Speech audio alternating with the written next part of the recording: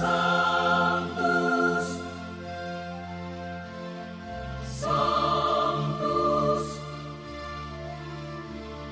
Sanctus Dominus Deus Sabaoth. Salam jumpa kembali saudara-saudariku yang terkasih dalam Tuhan kita Yesus Kristus. Salam sejahtera untuk kita semua. Berkat Allah yang Maha Kuasa senantiasa menyertai kita. Hari Kamis tanggal 4 April tahun 2024 adalah hari Kamis dalam Oktav Paskah. Marilah kita mendengarkan dan merenungkan bacaan-bacaan kitab suci. Dalam nama Bapa dan Putra dan Roh Kudus. Amin.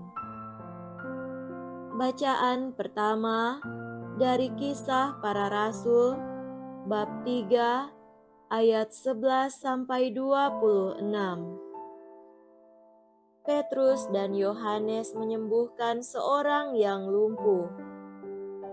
Ketika orang lumpuh yang disembuhkan itu tetap mengikuti Petrus dan Yohanes, seluruh orang banyak yang sangat keheranan datang mengerumuni mereka di serambi yang disebut Serambi Salomo. Petrus melihat orang banyak itu lalu berkata, "Hai orang Israel, mengapa kamu heran tentang kejadian itu? Dan mengapa kamu menatap kami seolah-olah kami membuat orang ini berjalan karena kuasa atau kesalehan kami sendiri? Allah Abraham, Ishak dan Yakub, Allah nenek moyang kita telah memuliakan hamba-Nya, yaitu Yesus yang kamu serahkan dan tolak di depan Pilatus, walaupun Pilatus berpendapat bahwa ia harus dilepaskan. Kamu telah menolak yang kudus dan benar, dan malah menghendaki seorang pembunuh sebagai hadiahmu. Demikianlah Yesus, pemimpin kepada hidup, telah kamu bunuh. Tetapi Allah telah membangkitkan Dia dari antara orang mati. Dan tentang hal itu, kami adalah saksi. Karena kepercayaan dalam nama Yesuslah, maka nama itu telah menguatkan orang yang kamu lihat dan kamu kenal ini. Kepercayaan itulah yang telah memberi kesembuhan kepada orang ini di depan kamu semua. Hai saudara-saudara, aku tahu bahwa kamu telah berbuat demikian karena ketidaktahuan, sama seperti semua pemimpinmu. Tetapi dengan jalan demikian, Allah telah menggenapi apa yang telah difirmankan dahulu dengan perantaraan nabi-nabinya, yaitu bahwa Mesias yang diutusnya harus menderita. Karena itu sadarlah dan bertobatlah, supaya dosamu dihapuskan, agar Tuhan mendatangkan waktu kelegaan dan mengutus Yesus yang dari semula diuntukkan bagimu sebagai Kristus. Kristus itu harus tinggal di surga sampai waktu pemulihan segala sesuatu, seperti yang difirmankan Allah dengan perantaraan nabi-nabinya yang kudus di zaman dahulu. Bukankah telah dikatakan Musa, Tuhan Allah akan membangkitkan bagimu seorang nabi dari antara saudara-saudaramu, sama seperti aku. Dengarkanlah dia dalam segala sesuatu yang akan dikatakannya kepadamu. Dan akan terjadi bahwa semua orang yang tidak mendengarkan nabi itu akan dibasmi dari umat kita.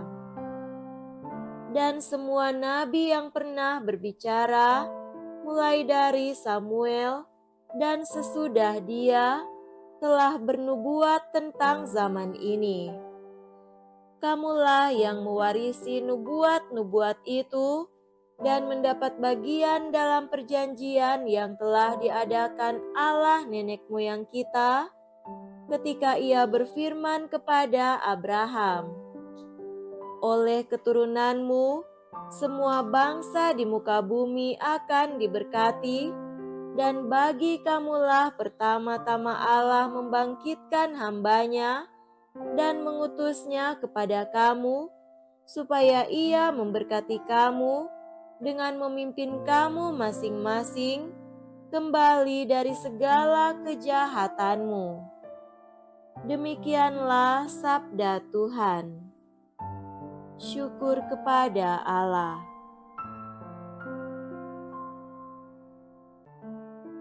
Semoga Tuhan beserta kita sekarang dan selama-lamanya. Inilah Injil suci menurut Lukas. Dimuliakanlah Tuhan. Injil Lukas bab 24 ayat 35 sampai 48. Dua murid yang dalam perjalanan ke Emmaus ditemui oleh Yesus yang bangkit, segera kembali ke Yerusalem.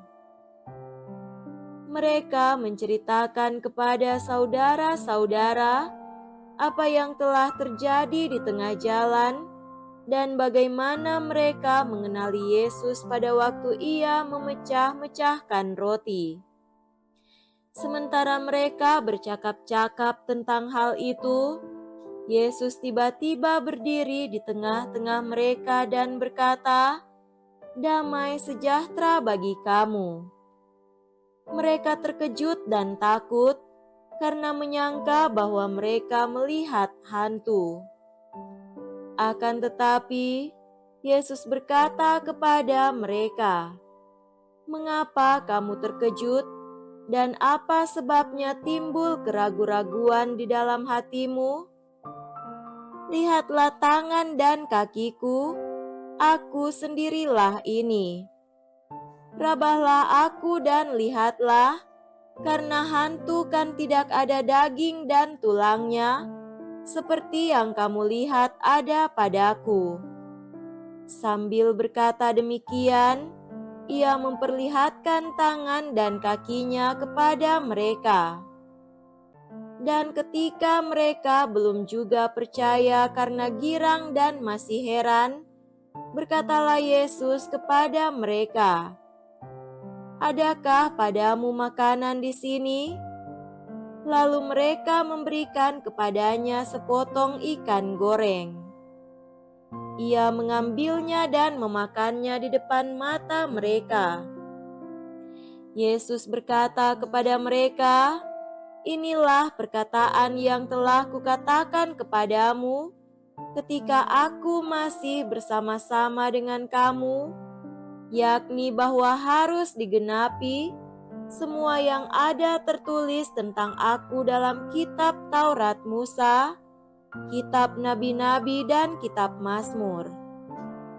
Lalu Yesus membuka pikiran mereka sehingga mereka mengerti kitab suci.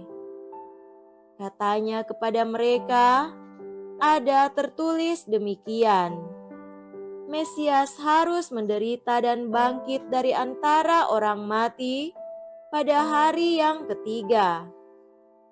Dan lagi, dalam namanya, berita tentang pertobatan dan pengampunan dosa harus disampaikan kepada segala bangsa, mulai dari Yerusalem.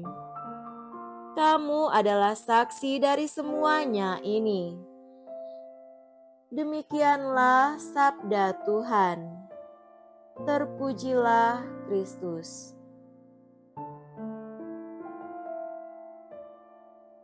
Saudara-saudariku yang terkasih dalam Tuhan kita Yesus Kristus, Tema renungan kita pada hari ini adalah Yesus memberi diri sepenuhnya bagi kita.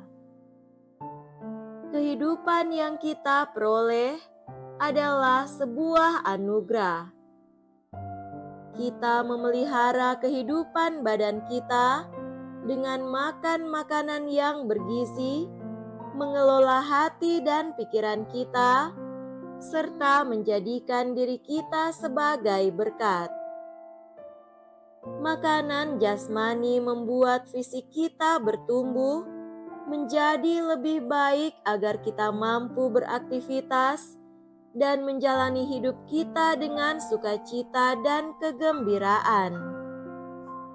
Kita juga sering mengonsumsi makanan jasmani yang siap saji yang membuat hati kita bahagia dan mungkin juga kebutuhan yang kita perlukan agar kita terlihat berkelas dalam kehidupan sosial kita.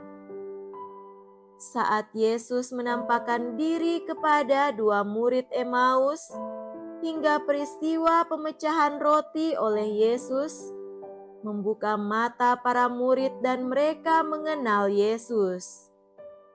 Identitas Yesus dikenal oleh para murid juga pada makan bersama. Yesus mengucap syukur, memecah-mecahkan roti dan membagikannya. Demikian juga mengucap syukur atas anggur dan membagi-bagikan kepada murid-muridnya.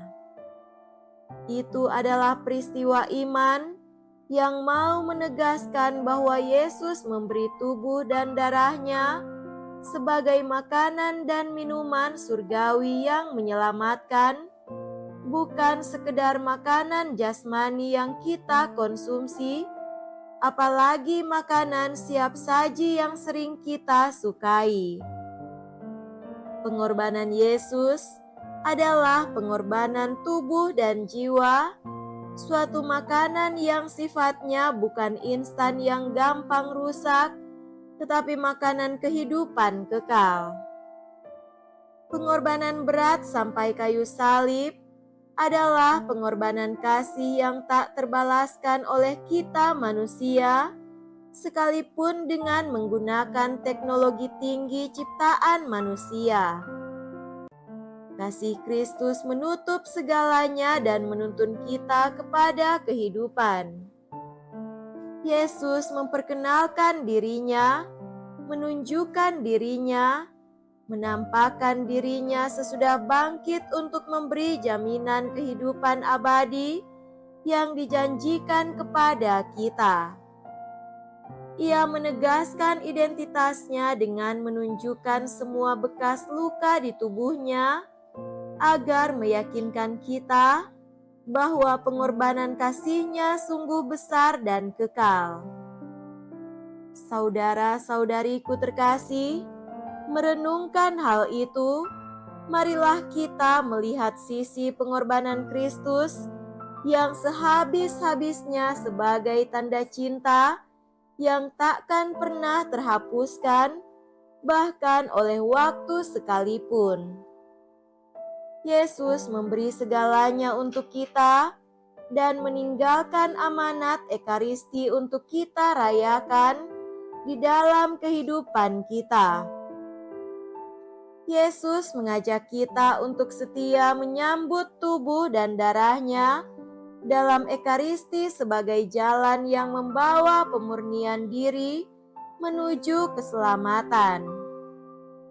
Makanan jasmani yang membuat sehat tubuh kita sekiranya tidak membuat kita mengabaikan makanan rohani yang diberikan Kristus kepada kita dalam Ekaristi. Marilah menyambut berkat dari Kristus dalam Ekaristi, agar kita diselamatkan senantiasa.